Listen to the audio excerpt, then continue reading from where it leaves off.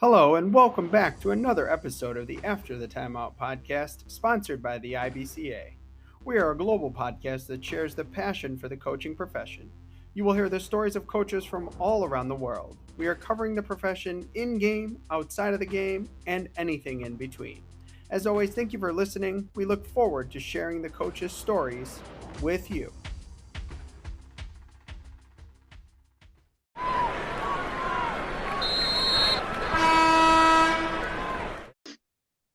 Welcome back to another episode of the After the Timeout podcast. Today's guest is Andy Fitzgerald, head boys basketball coach at University School of Milwaukee, high school up there in Milwaukee. Coach, thank you so much for joining us tonight. Look forward to talking to you. Absolutely. Thank you guys for having me. Big fan of what you guys do. Thanks for helping coaches share their stories and what they're passionate about. And there's nothing better than talking basketball. So really looking forward to it. So before we get into like the meats and bones and the questions here, we always like to give our coaches a chance to kind of tell their story, tell about their program, where they are now, kind of take it wherever you want to go. We call it the opening tip. So maybe just a little bit on your background, kind of your path to where you are now, and what's your program's all about and what you guys are doing. Yeah, so I probably have a little bit of a unique path. I've coached at just about every level, which is really fortunate for me. For me, it really started from a young age. I was probably the kid that knew they wanted to coach. The first project I recall from school was on Dean Smith. So most people probably thought that was a little weird, but I just thought he was really cool. He was in a suit, looked like he had control over things. And as I got older, I played 4 sports in high school, fell in love with just being on a team and working towards a goal and trying to improve and things like that. So coaching was something that I knew I wanted to do from an early age. I wasn't quite sure what level. I thought high school, got into college coaching, and then just kind of whatever happened. So, baseball was my best sport in high school, but it was just kind of too slow for me in terms of like wanting to pursue it. Basketball, I loved the strategy, the pace of it. And once I decided I wanted to coach basketball, I really was into playing basketball in college. I thought that would help. So I ended up playing at UW Parkside, which is the only Division II school in Wisconsin, down there in Kenosha. Great experience. Coach Regal, who I played for, is kind of a Bo Ryan disciple. So we did things very similar, which is obviously huge in the state of Wisconsin. I graduated from there in 3 years, but I wanted to play that fourth year. So I had a ton of time. I took one grad class to stay eligible. So what I did was I volunteered at a local high school called the Prairie School. It's in Racine, Wisconsin. And in the state of Wisconsin, your head coaches and really anyone on staff cannot work with their players unless it's in the season. So I was able to do player development, run some open gyms, and then, of course, be with the team when I could throughout the season. So at that point, I was hooked. I knew coaching was what I wanted to do. Again, building those relationships and working towards a goal, even in the small role that I was. So from there, I went down to grad school at Florida State University. I was able to get a teaching assistantship to pay for it. So I taught basketball, I taught golf, and I taught tennis.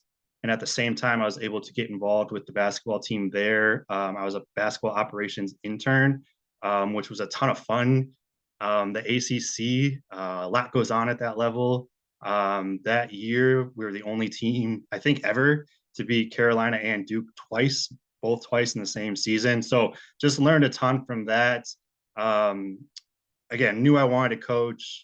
That I thought the operations stuff was fun, but really wanted to get into actual coaching. So my first job after going through school, I got an assistant coach job at Edgewood College, a Division III school in Madison, Wisconsin. I know, Todd, you're familiar with that school. So when I got there, the head coach, Justin Meyer, he had just gotten the job a couple of months prior. So it was a really good experience to kind of see it from that perspective of starting a program. And at the Division III level as an assistant, you're able to do just about everything. I was on the road recruiting. Every other scouting report was mine. Head coach of the JV team, player development. So for my development, that was just huge for my growth and kind of figuring out, how to coach and starting to kind of formulate my own style. I didn't, obviously you don't make a lot of money sometimes in these jobs. So one of the benefits they gave me was they were willing to give me 100% tuition remission. So I did an MBA at the same time.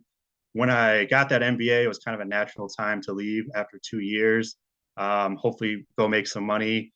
So I called up my college coach again, Coach Luke Regal. Just said, hey, I'm going to be looking, if there's anything you can do to help or whatever it is.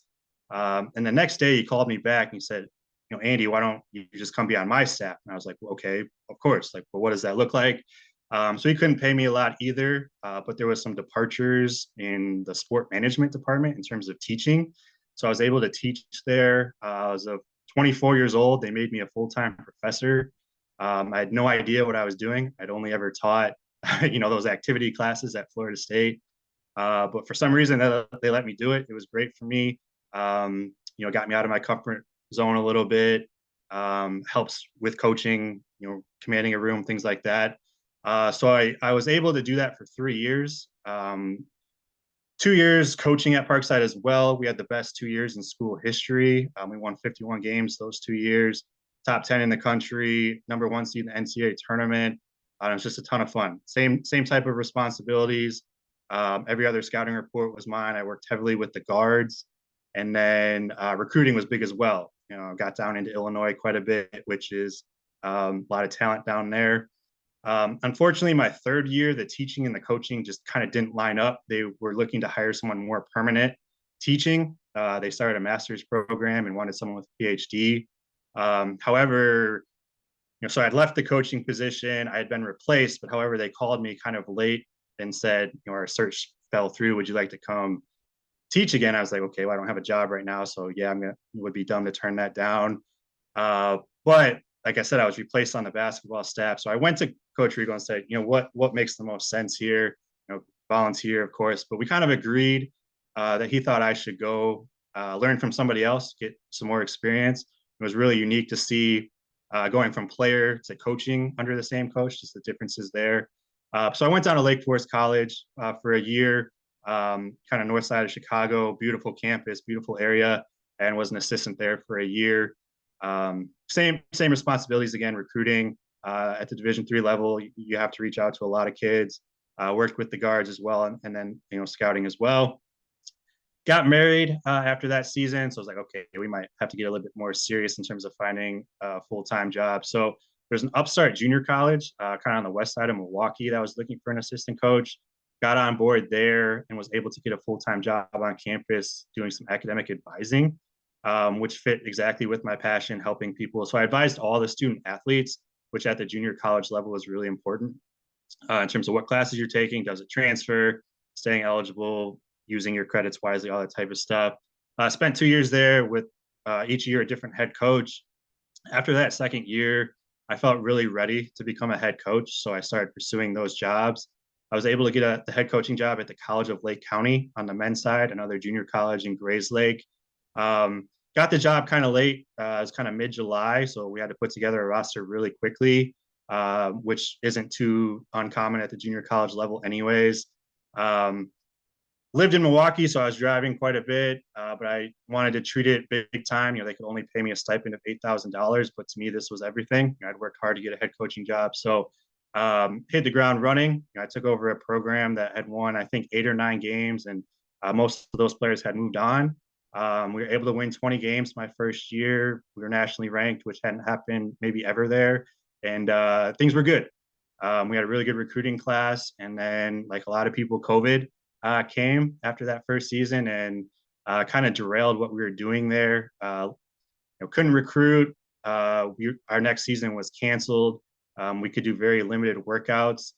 And because of some of the life stuff, I just decided, that was a very hard decision, probably the toughest one I've ever dealt with. But after that second year where we couldn't really play at all, I decided to walk away from that job. Just because it was kind of the uncertainty. I know COVID affected a lot of different things. And looking back, it's one of those what if type of things, but decision was made. So at that point, for the 3 years prior, I was kind of doing analytics on the side. I was sent analytics and did analytics for 5 or 6 programs during that time on top of the coaching I was doing. And that kind of opened my next door. Pat Baldwin was the coach at the University of Wisconsin-Milwaukee. I had sent him plenty of stuff prior. We knew each other a little bit. So I reached out to him and just said, hey, I'm looking for a job. And at that point, he said, why don't you come be my special assistant? Was not on the court. What I did there was heavy analytics and advanced scouting and whatever else was needed. It was a ton of fun, to kind of get back to that Division I level. But like is pretty common, 7 months later, the staff was let go. So again, kind of out of a job. So having a kid at this time, my first child was born. My wife put a little bit of pressure on me. She's great, but definitely needed to find some stability. So that's what led me to the University of Milwaukee, where I'm at currently. So just real quickly, I actually interviewed there prior year when I was thinking of leaving CLC. Was offered the job, but turned it down just because I was still kind of at the college level, wasn't sure yet. But also there wasn't a job on campus I thought that was really important in terms of coaching at the high school level to be in the same building. But after, the UWM departure, I saw a posting for the job again and also an assistant AD position. So I applied for that. And I think the AD, who I had a good relationship with, called me the next day and said, are you interested? I came in, met with them, and started there pretty quickly thereafter. So I've been there for 2 years now, just finished up my second season. A little bit about the school. We're pretty unique. We are an independent 3K through 12. So we actually, at 3 years old, can start. We're on the north side of Milwaukee. Our tuition is $30,000. So it's that type of school. Depending on who you ask, what ranking system, we're either the number 1 or number 2 academic school in the state of Wisconsin. So we get very high level academic achieving students. 90% of our students play a sport, and honestly, most of them play 3 sports. So that's kind of a little bit of background. My first year, I took over. I was the 4th coach they'd had in like 6 months. So there was a lot of things that went on. I won't go into detail there, but I knew we had our work cut out. We really had to hit the ground running with building a culture. We won 9 games my first year. To me, that felt good, kind of better than expected. And then this past year, we went 500. We won playoff games in back-to-back years, which hadn't happened in 7 or 8 years. I have great kids, love them to death. And we're really starting, I think, to make a lot of progress there. So I know that's kind of long-winded. I like to share that just because, the coaching journey, you got to enjoy it. You're not exactly sure what's going to happen. I've enjoyed all my stops and I've learned a ton. Well, dude, you hear that he's going to build a powerhouse. He's starting training kids at 3 years old. Did you hear this? Yeah, I kind of thought that too, actually. That's funny. Building a Yeah. powerhouse. Yeah. So it's kind of unique. A lot of the Bucks players send their kids to our school. My son probably will start there, not this coming year, but the year after. So yeah, you never know, but it's a really good place to be, really good families, and a great place to work. Well, I just heard 30,000, Todd, which basically means I'd give him a year's salary for my kid to go there for 1 year. But Yes, that's a daunting number. Yeah, it's tough sometimes. Can't do a lot of recruiting unless it's the right type of kid. But and I think you hit on a lot of pieces of that journey that Todd and I kind of just want to expand on a little bit. I don't think we've really had someone that's been a Division I basketball intern. I think that's very unique, and your experience at Florida State, I'm sure, was very unique. And but I kind of want to just go into, you're kind of like finishing your playing days, starting in the coaching profession. What were maybe some of the things you learned that first year as an intern? Maybe what are some things you learned from that experience that maybe you even take to this day? Yeah, a ton.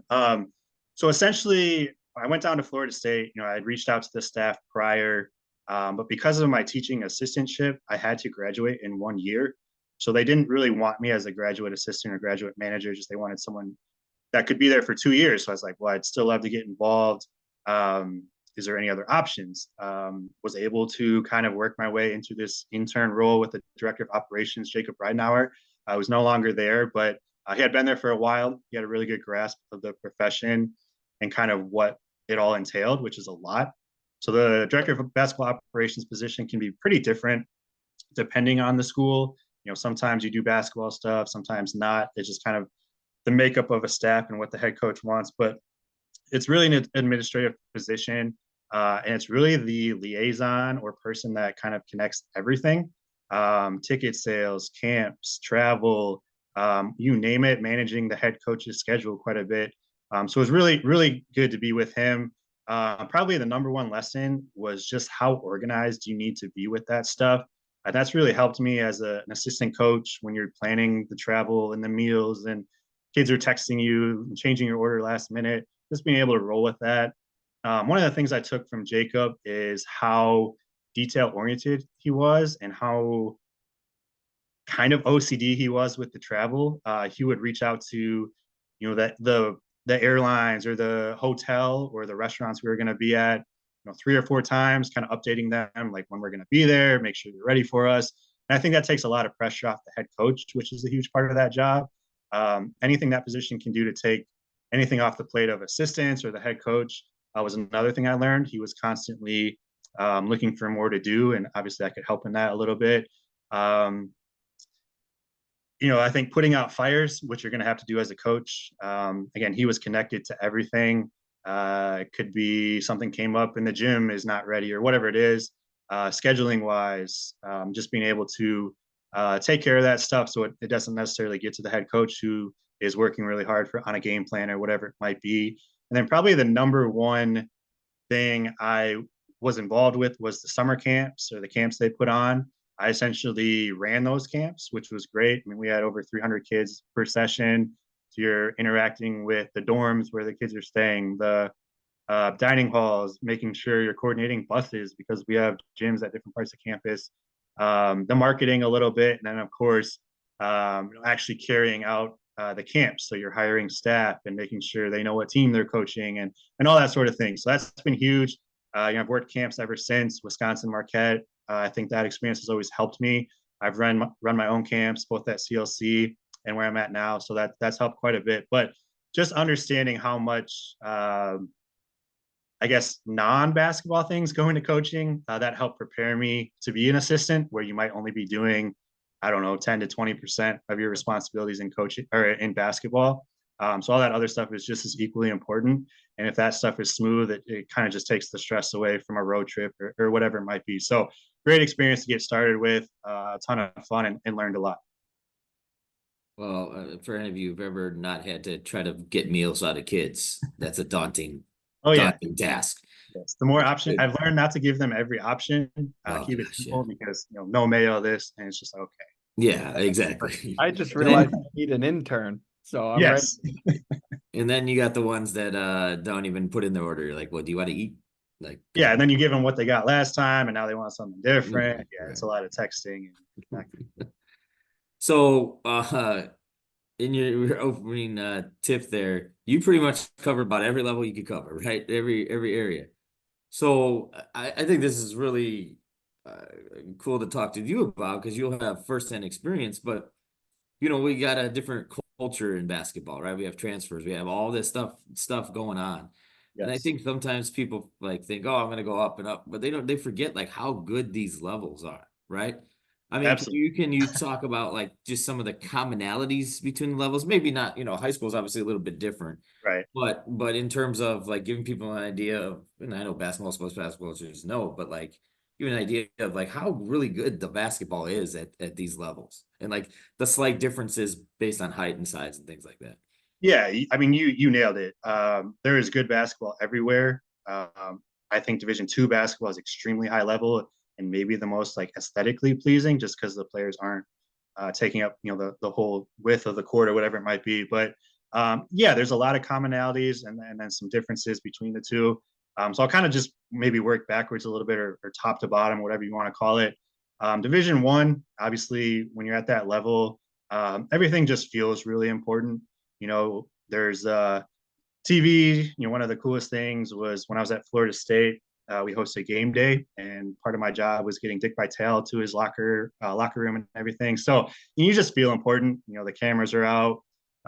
They're showing up the day before to your shoot around just to get prepared for their broadcast. Obviously, the players are really good. There's no doubt about it. Even at the lowest level of Division I, they're really talented players. And in terms of a coaching perspective, I think more so than any other level, you kind of feel like you're in the foxhole. so to speak, with that staff. Every game is really important. You have so much help, and you're really getting to all the details you possibly can to be ready. But also at the same time, there's a lot of pressure at that level. Obviously, as we know, if you don't win, you don't get a lot of time anymore. Maybe not even a contract. And also, I think one of the things about Division One, and you kind of alluded to it, Todd, with the portal and NIL and how things are, it's become very transactional, and I think that does impact the game a little bit as well. So that's kind of just Division One level. Division Two, like I mentioned, so I was able to play Division Two and then coach there, which was unique as well. So high level. I try to watch as much Division Two basketball as possible. Like I said, I think it's the most aesthetically pleasing level. And what I mean by that is you have really talented players, but sometimes at the Division One level, players are so big and the skill maybe isn't quite caught up to that. You can camp in the paint with a 7'2" guy, but the shooting isn't necessarily there. And I think also at the Division Two level, there's obviously pressure to win, but not to the level where you're in the newspaper every day and people are killing you on the radio. You're able to experiment a little bit more. I think coaches are maybe a little bit more creative and less controlling. Again, you can't obviously say that about everybody, but really fun level. Recruiting can be a little bit tough. Oftentimes kids think they should be Division One, or you get kids that come down from Division One. It's like, okay, they're going to buy in, that sort of thing. I've never experienced really any trouble in that area, but I know it's out there. The absolute worst part about Division Two is the bus rides. So when we were in the GLVC, Great Lakes Valley, Parkside is no longer part of that conference, but we would routinely take 6 to 12-hour bus rides, and that can wear you out a little bit. But that's the nature of Division Two. You kind of have to embrace it, but you're going to be doing quite a bit of travel. And again, maybe your budget isn't so high. Division Three, I absolutely love the Division Three level. I think it's the purest level of college basketball. Again, coaches aren't getting paid a huge amount of money. Players aren't getting a scholarship in terms of athletic. So you're there because you love the game.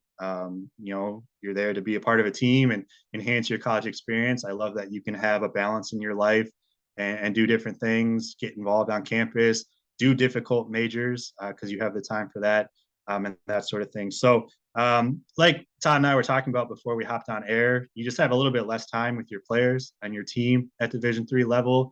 You can only work with them so much. So sometimes that can be difficult, but Division Three level was both that I've been at have been probably my favorite stops. The junior college level is quite interesting, a lot of fun. At the junior college level, I would kind of put it this way: you're kind of all you have is each other. Oftentimes players are overlooked. Coaches just get a chance; they're just looking for a chance, and they finally get one. So you really rely heavily on each other. Again, maybe you live on campus, maybe you don't. Maybe there's not a lot going on. You're kind of just going to class and playing basketball. So you really try to build those relationships, and I think you can have a huge impact at this level. Maybe a kid was overlooked in high school, or just needs to work on one or two things, or get their grades up a little bit. Really helping them get to that next level was something I really enjoyed at that level. They have goals. You're trying to help them, and again, it's really high level basketball. It's kind of a more free flowing game, which I actually enjoyed quite a bit. Not to say they don't play defense or anything. I think that's kind of a misconception. We worked really hard on defense, and we went up against a lot of really good defensive teams.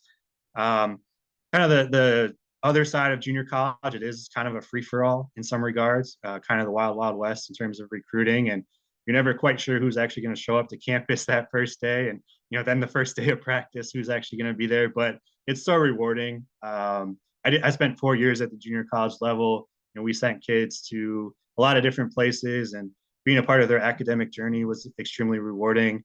You kind of have to do a lot with a little. We don't have a lot of most schools, I should say. There's obviously some out there with D1 type facilities and everything, but usually you have limited resources, so you have to get creative. When I was at Bryan and Stratton, we practiced in the basement of a church at 8 a.m. every morning. So you kind of wear that, with pride and rally around that. But all fun. Every level is great. High school, so I've been at the high school level now for 2 years. I really enjoy it. Kids are great. It's really fun working with kids that age. They're impressionable. They're eager to learn. Again, the impact is why I coach, to serve others. So doing that at the high school level is probably the easiest to do. I think providing the experience is really important at that level. We have one or two kids that even really just aspire to play in college. So beyond that, you're really just trying to provide a really good experience for those kids and make it something they can look back on, favorably. But you also can, instill your culture. I know kids are transferring now at the high school level too, and that sort of thing. But typically, you'll have players, at least for a handful of years. And where I'm at a K through 12, you can get involved in your lower school and your middle school and build relationships with those kids. Kind of the stuff I struggle with at the high school level, or maybe not negative, but just stuff you work through. Limited time. It's really hard to get your team together. In Wisconsin, like I mentioned, we can't work with our kids outside of the season. So that's been tough for me coming from the college level where, you're always in the gym. And then we play with really archaic rules. We don't have a shot clock, which is very frustrating coming from the college level, kind of going back to not being able to work with your kids. I think we just, there's things we could do to make the game more fun and enjoyable at that level. Well, Todd and I could do a whole episode on not having a shot clock, but moving forward, Yes.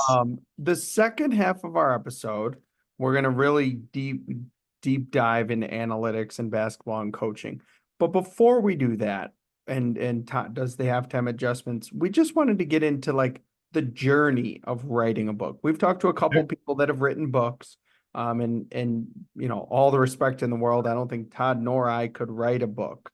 So kind of take our listeners maybe just into the journey, why you kind of decided, hey, I'm going to undertake this, and kind of what went into just the process.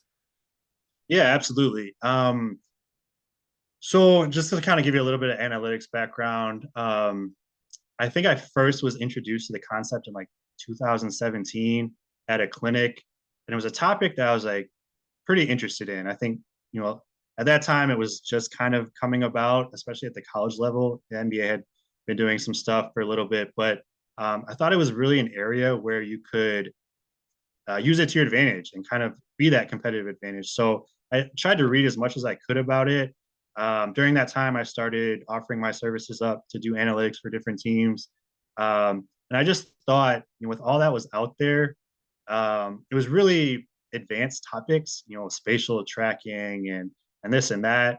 And I thought, as I kind of got going, I think there's a spot out there in terms of, books or literature that is more relevant to coaches at any level on how to incorporate it into their program, how to use it, tweak it to make it fit what you're doing, to gain that competitive advantage. So I started thinking about this, just a couple handful of years ago.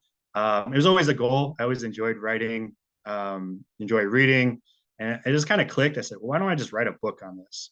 It's more of an ebook. It's nothing crazy. But that's kind of the topic, what is relevant at each level? What can you do? What can you do with limited resources? What can you do to fit your style of play? And how you can use that to actually make better decisions and hopefully win more basketball games. So that was the premise for the book. I did everything in the book myself for Division I and a couple lower level professional teams. So you don't need a lot of resources or a lot of manpower or woman power. I did it all myself and was able to put it together where after a game, the head coach would have everything they need within 45 minutes of the game. If you're good with Excel and good with a calculator and are able to kind of just plug and go, again, that's kind of why I wrote this book, because as I talk to coaches, they would say, I don't have the time, or I don't even film my games, or whatever it is. Well, let's work at that. What can we do? And how can we help your team? And again, hopefully make better decisions, more informed decisions, and then hopefully that leads to winning games. I'm not sure why Jon thinks I can't write a book. I'm a little upset about this. I would recommend it. It was a fun process. It might be like a book for 2-year-olds, but I think I could write something that maybe two kids would like. No, but all right. So let's go into halftime adjustments. So we'll go a little different route since we're going to talk about numbers and analytics coming up. But when you look at all these levels, right, and you saw head coaches and people you worked with, Let's go college. Like, what are some of the common traits of the coaches that you saw that were being successful? Maybe the top two or three things that you saw at that level, and then we'll kind of go back down to high school. Yeah, I think number one was kind of the relationships they were able to build with players, families, recruits. I think the teams or the coaches and teams that were most successful were able to bring in high level players that matched what they were looking for, both on and off the court. So, been pretty fortunate to have success at most of my stops. I think that was a common theme through all of it. Number two, I would say those coaches were very committed to their style of play or their principles or their system, but were also very willing to adapt and look for ways to improve or tweak things from year to year, whatever it might be. Maybe personnel changed a little bit. I think that was big as well. And then the third thing is kind of similar. I would say eagerness to learn. Um, get buy-in from your players, create a culture that was sustainable, but players enjoyed being a part of, motivating players, whatever it might be. So you feel important, you feel a part of something, you feel belonging, ownership, empowerment, confidence, all those things to really take off. You obviously need really good players to win, but those things can kind of help you get to that point. And I think those coaches would probably share those things that had the most success I've been around. So now let's bump down to high school. Obviously, some of those things are the same, but maybe something in your first couple of years here that you've noticed that, right, has changed your mindset on something because it's different than college ball. Yeah, high school, I think your culture is important at every level, but at the high school level has to be number one. Again, when I took over the university school job, they had several coaches, which is obviously just hard on you from the perspective of what you're trying to learn and being comfortable playing. So I focused really hard on building a culture. Having fun is really important in basketball, and I think at the high school level, we can't lose track of that. Being extremely positive, I think, helps with confidence. And again, players, taking ownership and being confident to go out and play. I think working on skills is really important and skills that transfer. I think players feel better when their skills are translating to the game. So we do a ton of that, whether it's advantage stuff or playing fast, whatever it is. Again, it kind of all goes back to that having fun. But yeah, I think the best coaches I've seen, and there's so many good high school coaches, such a good level. I think actually the coach I've learned the most from in my career is a girls basketball coach up in Kimberly, Wisconsin, Dave Lepisto. Unreal knowledge of the game. When I met him at a conference, I was like, this guy gets it. When I got my first head job, he was the first person I reached out to. And he's just really good and a really good teacher. I think that's another thing. Can you teach the game? You're going to have different ability levels and different kids in terms of, is basketball your second sport, your third sport? Do you play AAU? Do you not? And being able to blend that all together. So culture, a system kind of in place to how you want to play, and then building relationships and pouring into those kids and making it a really fun experience for them. I do follow Coach Lepisto. That he's a good follow on Twitter as well. Absolutely. All right. So the second half of the episode, we dive deeper into a topic with each of our guests. And analytics is definitely something we've never delved deep into over 130, 40, whatever episodes we're on now. So let's just start at like the foundation, the base. You have a high school coach, you have a D3 coach, a D2 coach. You're starting with analytics. There's so many numbers. I was reading some of your book last night. And what do you say to a coach? Like, how does a coach find what numbers work for them? Because, my team plays a little faster. So I have specific numbers I look for, but, a pack line team, half court team might use different numbers. So, where do we start with all these numbers? What are some of maybe the best stats to use? Kind of lay the foundation for us as coaches. Yeah, absolutely. I think analytics in general has kind of become a buzzword. You hear it thrown around quite a bit on broadcasts, and you watch TNT, you hear it probably 3 times a night, inside the NBA. It doesn't have to be daunting. It doesn't have to be overwhelming. I think at the surface, it's really just taking numbers and then kind of turning it into data that you can analyze, which gives you good information. And then from there, you want to make good decisions based off of that and then teach based on that. So, it helps you ask better questions and ask the right questions, which I think is really the value that analytics holds. So in my time doing analytics, I kind of worked with coaches that, have played different styles. Some have been really up tempo, so we geared our measures to that. Some have been pack line, like you said, so deflections weren't as important. It was more, are we keeping people out of the paint, whatever it is. So I think first is having that good grasp of your style of play, understanding what you're trying to accomplish. So the first thing I would ask a coach when I volunteered to help with their analytics and we had our meeting and what can I do for you that will give you the most value is I really had to understand how they wanted to play basketball. Then from there, okay, what's the most important to you? Are you trying to get back in transition defense versus getting offensive rebounds? Are you trying to play really fast? Are you more of a controlled?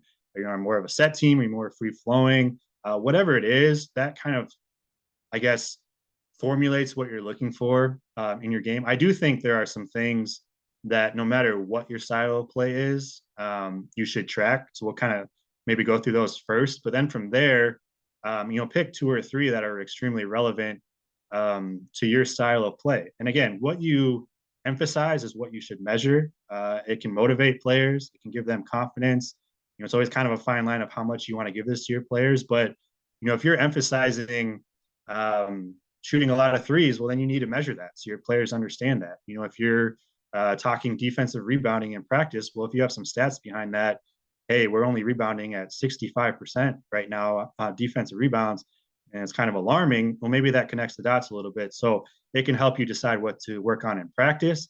Maybe you're turning the ball over too much. Okay, well, let's go watch the film and see why those turnovers are occurring and then work on that in practice. So, analytics is a great tool. It's not the end all be all. If you just look at these stats, it's probably not going to mean a lot to you, but it kind of helps you dig into the context and, again, ask those right questions, and then it's up to you as a coach to find those answers and those solutions. So, offensively, there are measures we always wanted to look at, and then defensively as well. And a lot of those are going to be similar throughout, but then again, it might be dependent on your style of play. So, first and foremost, both on the offensive defensive end, your points per possession, I think, is the first place to start. That's your efficiency in terms of scoring the basketball or preventing the other team from scoring. It's a very easy formula, plug and place. The measure for me was always 1.0 points per possession. You wanted to score at that or above on offense, and defensively, you wanted to hold your team below 1.0. So I know that's pretty intuitive and pretty straightforward. There's obviously a lot that goes into that. Are you a high possession team? Are you not? I think some coaches will say, we want to score 70 points a game.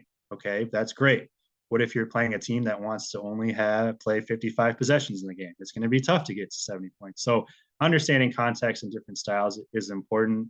For me at the junior college level, I think, we're at 1.09 points per possession on offense. High school level, we're not quite to 1.0. We're trying to get there. But yeah, that's kind of your starting point in terms of offensive and defensive efficiency. You might hear like offensive rating or defensive rating. That's that number times 100. You hear that quite a bit in the NBA. So you see, efficiency rating. I think the Celtics are at like 116 or something crazy like that. So they average 1.16 points per possession. They obviously shoot the ball pretty well and play fast and play conceptual basketball. I think that helps them quite a bit. From there, the 4 factors, I don't know if that's a term that is, I think it's a pretty well accepted thing at this point. So Dean Oliver, I think they call him like the godfather of analytics, has books out there. He adopted these 4 factors. And I think these are then the next 4 that every coach should look at to kind of diagnose their team. So he weights them. The most important to him is effective field goal percentage. So you got to make threes in order to be efficient in the stat. I think that's become pretty widely accepted as well. That 3 is worth more than 2. If you're able to make a lot of threes, it can kind of help you score enough points, to win a game and to get that above 1.0. From there, turnover percentage is the second highest weighted. This one's really important to me. Obviously, you don't want to turn the basketball over, and most teams are trying to force turnovers. Now, if you're pack line, you're really just trying to get stops and rebounds and that sort of thing. But again, looking at these in rates or percentages is critical. 12 turnovers in a 60 possession game is a lot different than 12 in an 80 possession game, or whatever that number is you're looking at. So you want to look at it as a percentage. You definitely want to be under 15, I think, in terms of offensive.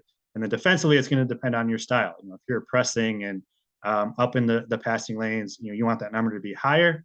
If you're more pack line, you may not see a ton of turnovers. But again, you're trying to get extra possessions and stop that other team from scoring. So that's important. I think there was a study done recently, maybe a couple years ago. Teams that won both effective field goal percentage and turnover percentage won like 90% of games. So you're really trying to win those battles. From there, you have a rebounding percentages, so both offensive and defensive. Now, this is kind of where your style of play can factor in again a little bit. I think it's been interesting. When I wrote the book, NBA teams were getting back in transition, and this was like 2 years ago. Now, they're trying to crash again a little bit. So, again, it's going to go to your style. Do you need extra possessions? Would you rather get back on defense and set your defense and take away the other team's transition? It kind of all is connected. So again, that's kind of the thought that goes into this. So offensively, you're 25 to 30% is good if you're a team that thrives and kind of lives off offensive rebounding, which I saw quite a bit at the junior college level. Good athletes that get a shot up and go get the ball. Obviously that number should be a little bit higher.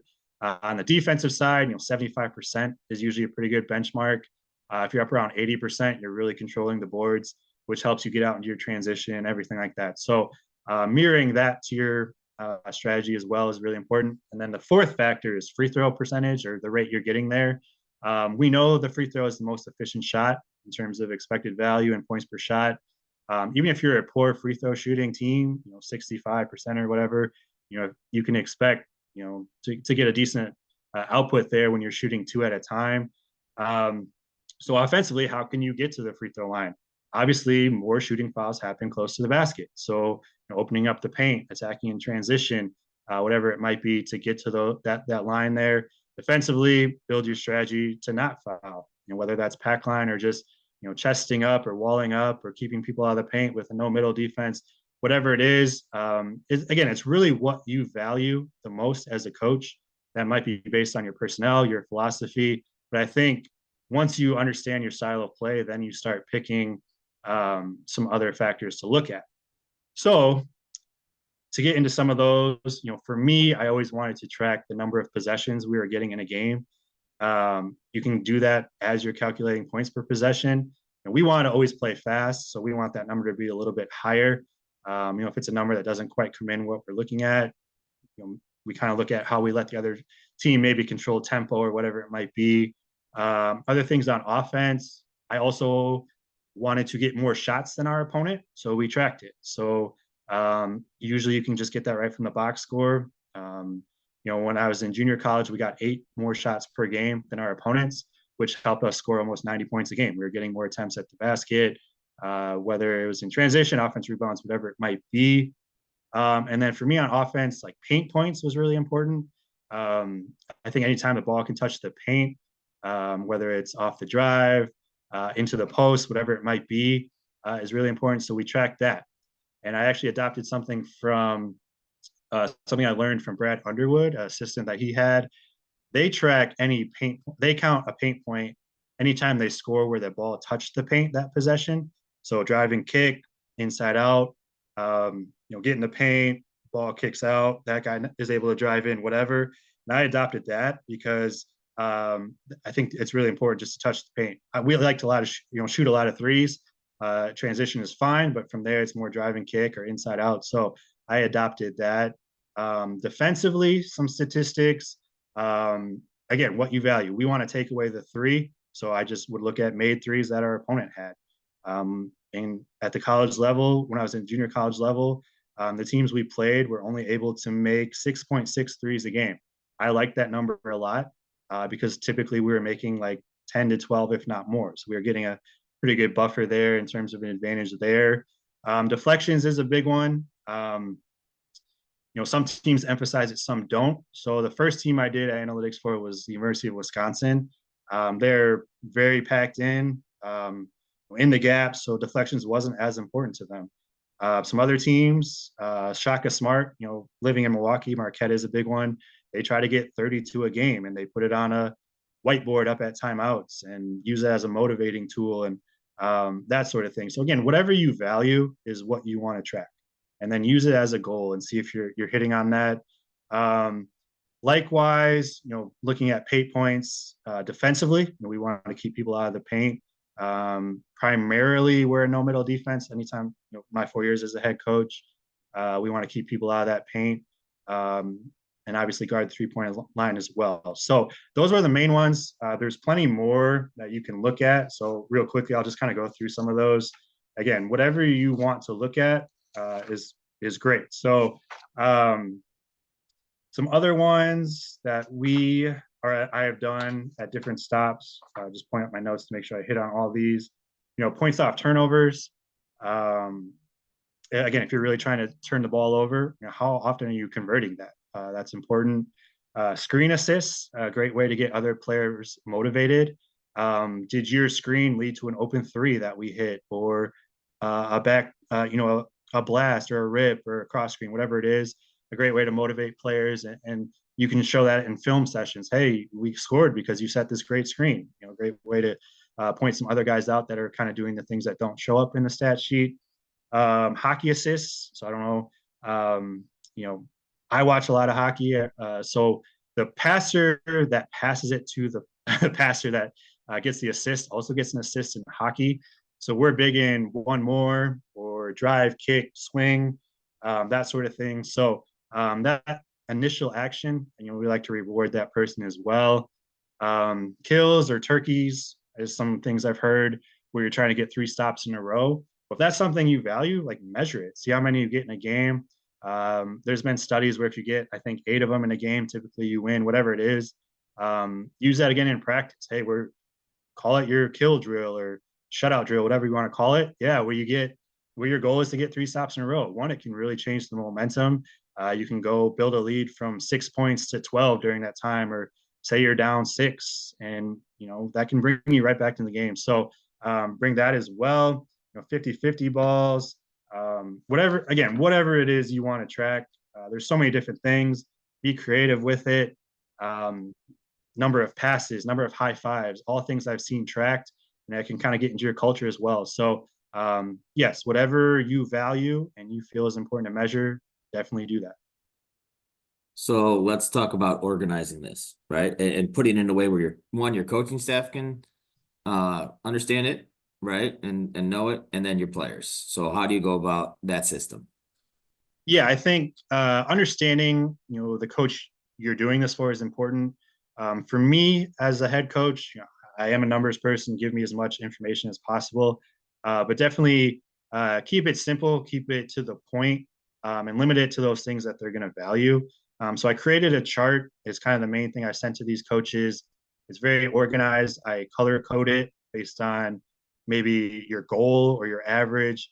So a coach can quickly look at this and see what you did well, what you didn't do well, and then you're able to then look deeper. So, when I was at CLC, our colors were green and blue. So anything in green was good on the chart. Anything in blue was bad. And I really just did that against our averages for the year. 1 page in terms of just your chart. So a column for offense, a column for defense. Obviously, we looked at quite a few other things, but something that a coach can digest quickly, because as we all know as coaches, you're only going to have so much time to look back on the game you just finished, because we all know we have another game coming pretty quickly, at least more times than not. So keep it simple, understand the coach and the program in terms of what they're looking for, and then make it very, I guess, easy to read, easy to understand, where they're able to draw key information quickly. And then from there is when you might jump in more like, oh, wow, we turned it over, at 22% of the time. Like maybe there's some, deep rooted issues here that we need to look at, whatever it is. that was a big thing for me. So hopefully that answers a little bit with that. So I really want to hit on, but before we finish the topic of analytics is, we've talked a lot about team analytics. So how do we maximize individual player potential? How can players use analytics to maximize their individualized game just as much as coaches are looking at the whole team? How can coaches look at those individual points per possession or shoot a effective field goal percentage or those kind of things? Yeah, it's a great question. I think first you have to decide how much of this you want to give to your players, if you're going to include them or not. But I think if you do it properly, kids are smart. Every level I've been at, they've been able to grasp certain things. If you connect it to your style of play, it kind of makes sense. So I talk quite a bit about playing in transition where I'm at, getting to the basket. Obviously you want free throws, you want layups or in the paint, and then you want threes in terms of efficiency. So matching your playing style to that, I think, is important for players to understand. Now, if you're going to be throwing, hey, your effective field goal percentage was 42%, I don't think there's a lot of value in that. But I think there is a ton of value from a coaching perspective. So, a lot of these stats you can do on an individual basis. Most of the ones we went through, assist percentage, effective field goal percentage, free throw rate, turnover percentage, individual paint points, can all be tracked on an individual basis as well. Some others we've done for individual players, true shooting percentage, I think, is the best tool for looking at shooting. It incorporates every shot, threes, twos, free throws, and kind of gives you that true percentage that you shot for a game. And then from there, we'd always look at points per shot as well, which is just taking that number and timesing it by 2. So any given shot, that a player takes, you can kind of understand what you're expected to get in return for that. I think that's really valuable for a coach, not just per game basis, but obviously you're looking for trends over 4 or 5 games. Understanding who's making shots for you is really important. Plus minus is very, I don't want to say controversial, but some people value it, some don't. The NBA does so much with plus minus in terms of real plus minus, adjusted plus minus. It's tough to do that, at least from my experience with limited resources. So we would do box plus minus, which is just plus or minus for their time on the court. I would track that manually for our teams during the game, provide that to coaches. And then it was kind of up to them to see how much they valued it. But you can learn a lot from plus minus. Now, where the adjusted plus minus comes in is you obviously have to,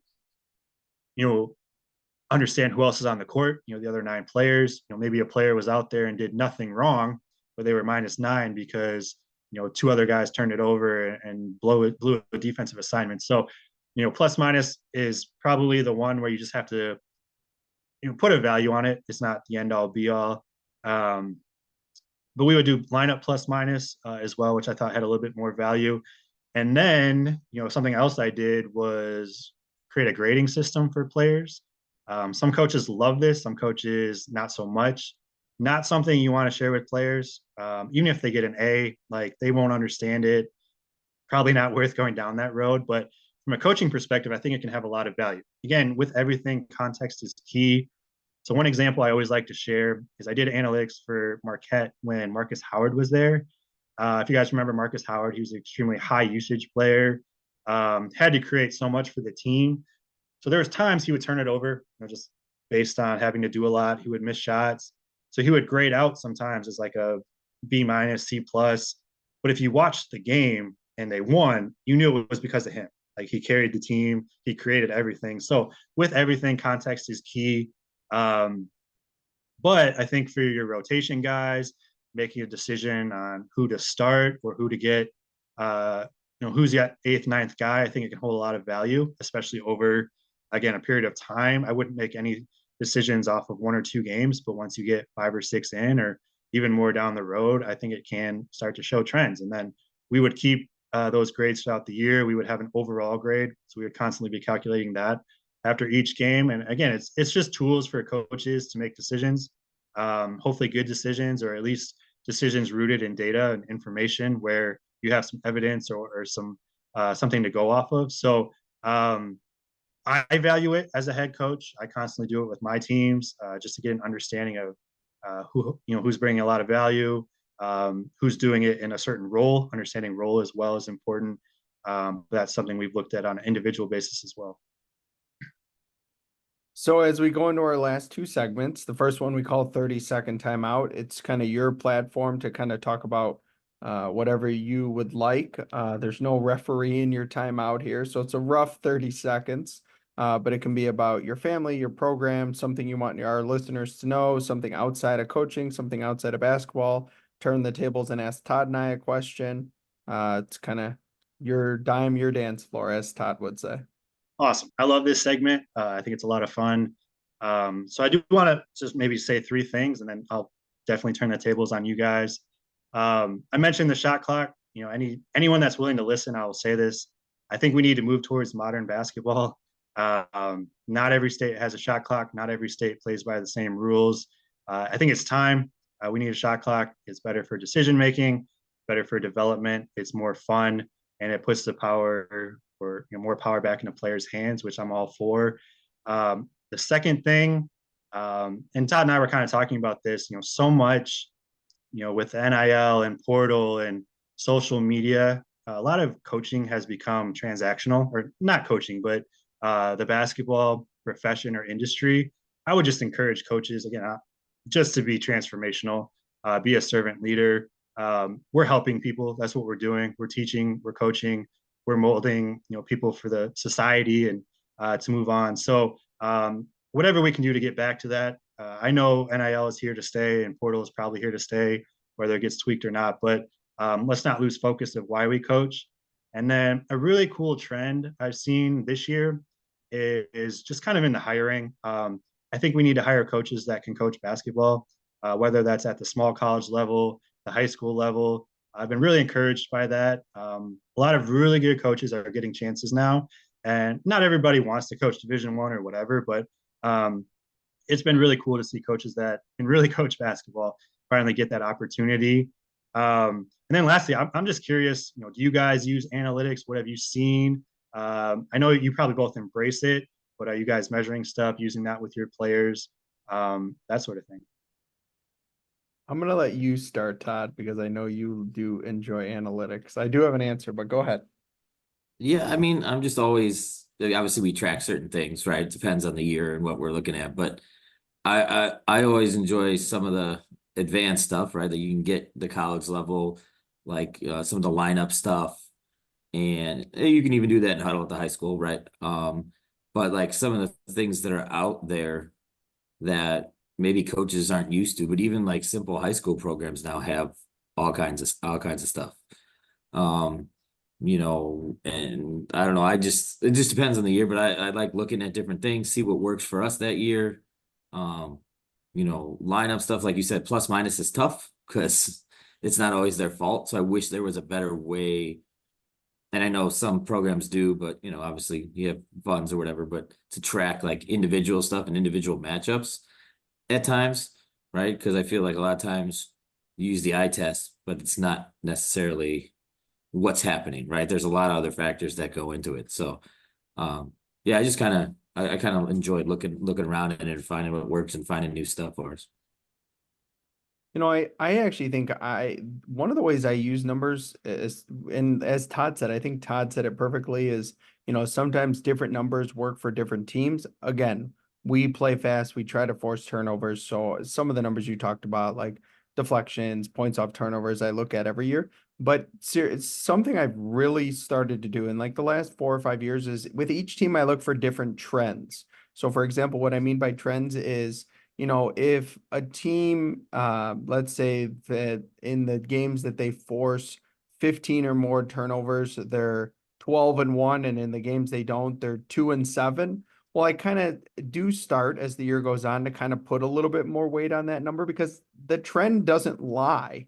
I mean, if it's 20 games in and the trend is holding, the same thing in a completely different manner. Like, let's say each game that we made 7 or more threes were 7-0, and in the games we haven't made 7 or more threes were 2-9. well, then I'm kind of starting to look at, okay, in these games, per quarter we need to hit 1.5 threes or whatever the number is. So I think one of the ways I've started to look at analytics is not just the numbers, not just, what do the numbers say, but I like the trends in numbers. And I like because each team is different. Maybe in this team, after 10 games, you realize rebounding percentage is a huge number that correlates to the winning. But for this team, maybe it's points off turnovers. So I think I've started to really look at the trends in each team and what the trends say to kind of tell me, hey, this is what this specific team needs to do to be successful. I love those answers. You're speaking my language. One of the things I heard that stuck with me it was a Zoom. Rick Carlisle of the Pacers was on it. He said math is undefeated. That always stuck with me. The numbers aren't going to lie. It's up to you to do what you want with them. But yeah, it's usually going to be pretty apparent what's most important for your team. Or like you said, if this is happening, we usually win this game. Okay, well, let's do everything we can to make sure this happens. So love that answer. Well, I'm such a nerd. I go in and look. I mean, obviously in Synergy, you can see whether they go left or right and things like that, and go back and follow the film. And I'm like, oh, okay, they're going to do this and this and this. So there's a lot of cool stuff, and that's not super hard, right? It's just, you're not making any big adjustments. You're just like, okay, they're going to go left. Yeah, it'll help 71% of the your time. scouting immensely as well. Scouting. All right, so let's get to the goofy spot here. Quick hitters, random fire, rapid fire questions, having some fun. What is your lucky number? My lucky number is 21. It has nothing to do with blackjack. I'm a huge Chicago Cubs fan, which I know you guys will appreciate. And when I was a kid, Sammy Sosa was everything to me. Obviously, it's what it is at this point. But 21 was his number, and I wore it in every sport. Wore it in college, and it's just been my number. So 21 is definitely that number for me. That just means he's significantly younger than us, John. That's what that means. All right. Favorite book, maybe maybe not ever, maybe a book recently you've read, but favorite book. Yeah, I'm gonna go with two different ones. Probably that I've enjoyed, but also have most influenced my coaching and just who I try to be as a person and a father. The first one is called Inside Out Coaching by Joe Ehrman. It's kind of just a book that hits on transformational leadership, again, serving others. He goes into toxic masculinity, and he was an NFL player that was abused as a child, and then as an NFL player, everything was win at all costs and all that sort of thing. So that book I read kind of early on in my coaching career, and it's just really influenced who I try to be as a coach. The second one is Essentialism by Greg McCune. Hopefully I say that right. With so much out there on Twitter and YouTube, I think sometimes just focusing on what's most important or what's essential is a great thing to think about. So in coaching, instead of adding something, what can we remove? What doesn't work in life, whatever it is. So those are my two favorite reads. Definitely recommend them, but so many good books out there. All right, I think these next two questions come from a Chicago bias because we're from Chicago, you're from Wisconsin. So yes, you do. This is the obligatory one. I think we have to ask what the best kind of cheese. Yeah, I love this question. My wife is definitely the cheese person in the family, and she's not from Wisconsin, which is kind of interesting. But she has cheese all the time. This could be a really good debate for anyone in Wisconsin. They could talk about this they could do a podcast on this. But for me, my answer is mozzarella. Pizza, big pizza fan, grilled cheese. My 2-year-old eats grilled cheese all the time.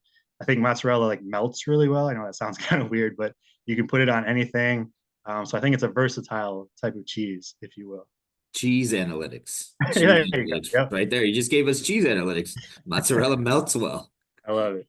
You know what? I was gonna do Bears Packers, but I kind of want to tweak this one because there are so many good supper clubs and dive bars and all that kind of stuff in Wisconsin. Yes. So I kind of want to tweak this to maybe favorite, I don't want to say underground restaurant, but off the beaten path, sneaky place you would go.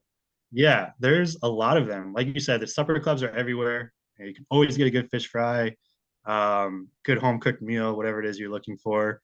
I'm going to go with the Packing House So the Packing House is a supper club. It's kind of like a 1950s, so it kind of gives you like that cocktail lounge vibe, which I love. I'm a huge like Frank Sinatra person and Kennedy administration. So I just like the vibe of it. You can get steaks, whatever you want. It's located near the airport, so if you ever fly in or out of Milwaukee, it's right there. So a little bit off the path, but not really. That's a good spot to get to on Friday night. It's tough sometimes on a Friday night to get in there, but really good spot. So what you're saying is I can get a good old fashioned at the Packing House? Most definitely. Excellent. All right, what are you doing now that the weather is starting to get nice? What is your like nice weather after basketball, kind of in between everything activity?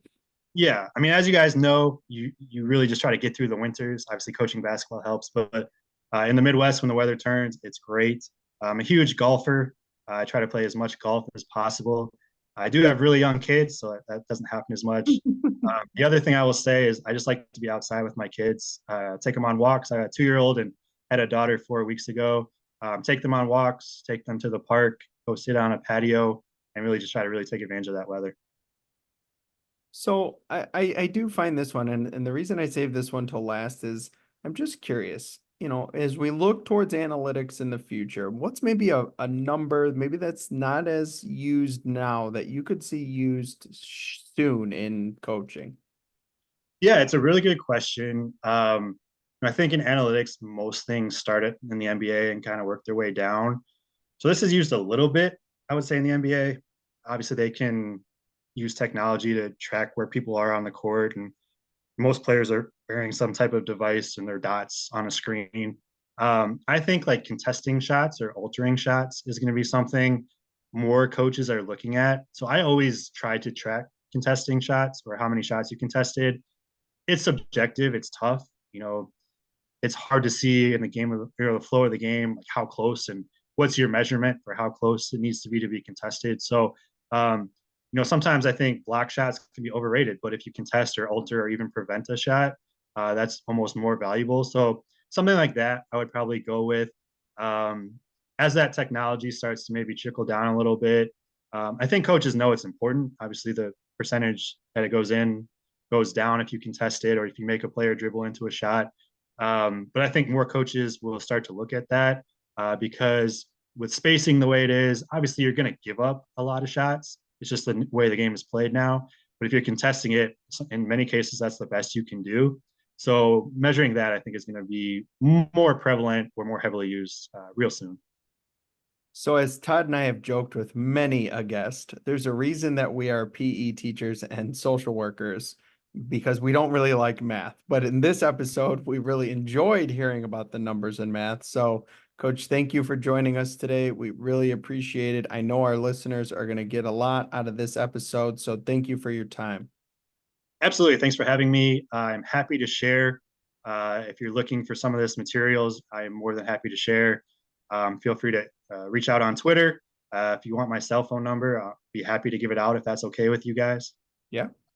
Yeah. So my cell phone number is 262-366-5892.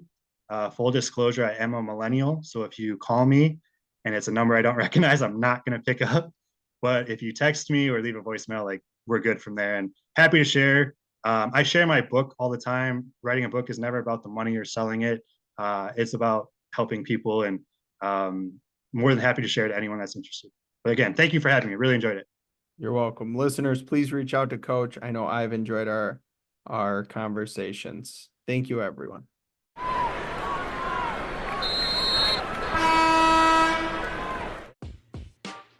Thank you for listening to another episode of the After the Timeout podcast in partnership with the IBCA.